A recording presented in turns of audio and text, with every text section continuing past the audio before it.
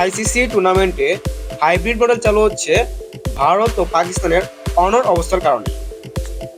আগামী বছরের ফেব্রুয়ারি মার্চে চ্যাম্পিয়ন্স ট্রফির আয়োজক পাকিস্তান। তবে নভেম্বরে ভারতের ক্রিকেট বোর্ড বিসিসিআই আইসিসিকে জানিয়ে দেয় সরকার পাকিস্তানের দল পাঠাবে না, ম্যাচ খেলতে চায় অন্য কোথাও। ভারতের এমন সিদ্ধান্তে বেঁকে বসে পাকিস্তান, জানিয়ে দেয় ভারত ক্রিকেট দল পাকিস্তানে না এলে পাকিস্তানও ভারতে খেলতে যাবে না। দীর্ঘ 7 মাস পর এনসিএল টি-20 দিয়ে মাঠের ক্রিকেট ফিরেছেন তামিম ইকবাল। টুর্নামেন্টে 4টি ম্যাচ খেলে 2টি হাফ সেঞ্চুরিও করেছেন। চট্টগ্রাম বিভাগের জয়ে গুরুত্বপূর্ণ অবদান রাখা সাবেক এই টাইগার অধিনায়ক রাতেই সিলেট থেকে ফিরেছেন ঢাকায়। তবে আলোচনা উঠেছে আসন্ন চ্যাম্পিয়ন্স ট্রফিতে দেশসেরা এই ওপেনার খেলা নিয়ে।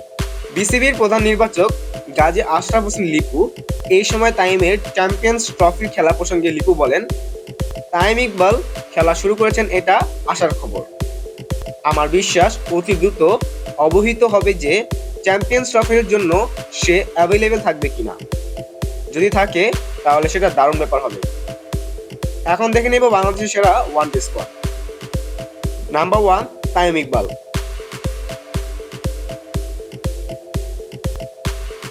Number 2 Mohammad Saifuddin.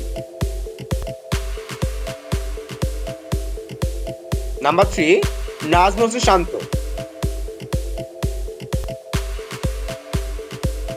Number 4 Mushfiqur Rahim.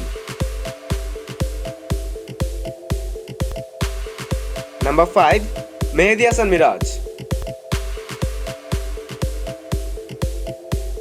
Number 6 Sumon Sarkar.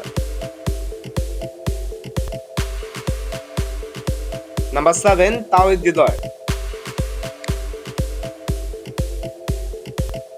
Number 8 Mustafizur Rahman. Number 9 Taskin Ahmed. Number 10 Rishad Hossain. Number 11 Mahmudullah Riyad. Number 12 Nasum Ahmed. Number 13 Tanzim Hasan Sakib. Number 14 Mohammad Nahid Rana. Number 15 Jaker Ali অনিক। নাম্বার 16 তানজিম হাসান তামিম।